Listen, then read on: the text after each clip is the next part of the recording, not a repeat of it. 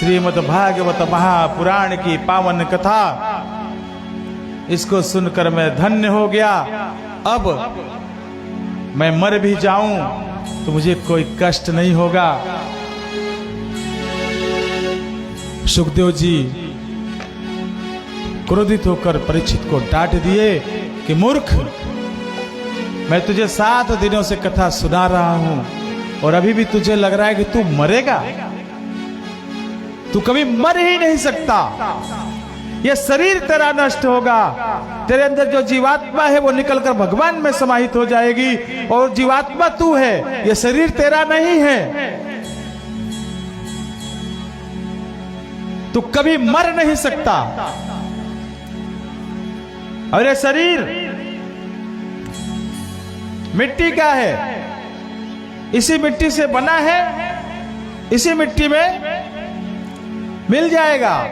आत्मा अजर है, अमर है, अविनाशी है, शाश्वत है, नित्य है। तुझे मैंने 7 दिन और 7 रातें जो कथा सुनाई उसका कोई मतलब नहीं समझ में आया तुझे। परीक्षित जी दहाड़ मार के गिरे, गुरुदेव क्षमा कर दो, मैं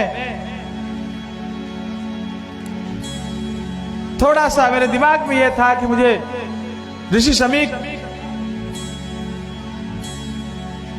के श्राप के कारण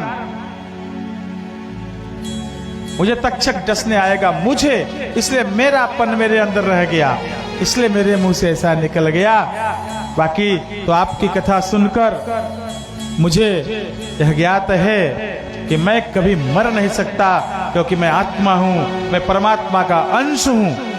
ये शरीर नष्ट होगा, हो जाए, यही भाव हमें भी रखना चाहिए। हम लोग सब कहते हैं कि हम बीमार हो गए, हम स्वस्थ हो गए, गलत कहते हैं। भगवान की इच्छा से कुछ तबीयत ठीक नहीं लगती और भगवान की कृपा से हम ठीक हो गए।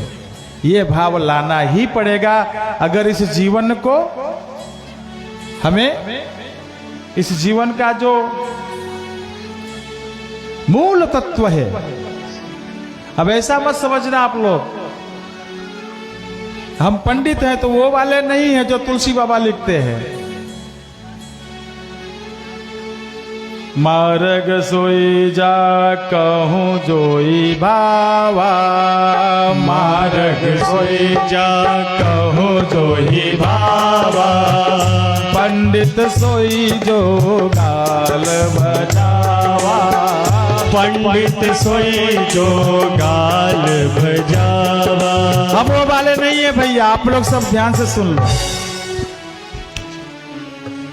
हम बस उतनी ही पंडिताई करते हैं जिन्हें गुरुजी लोगों ने सिखा दिया है उतना ही बताते हैं।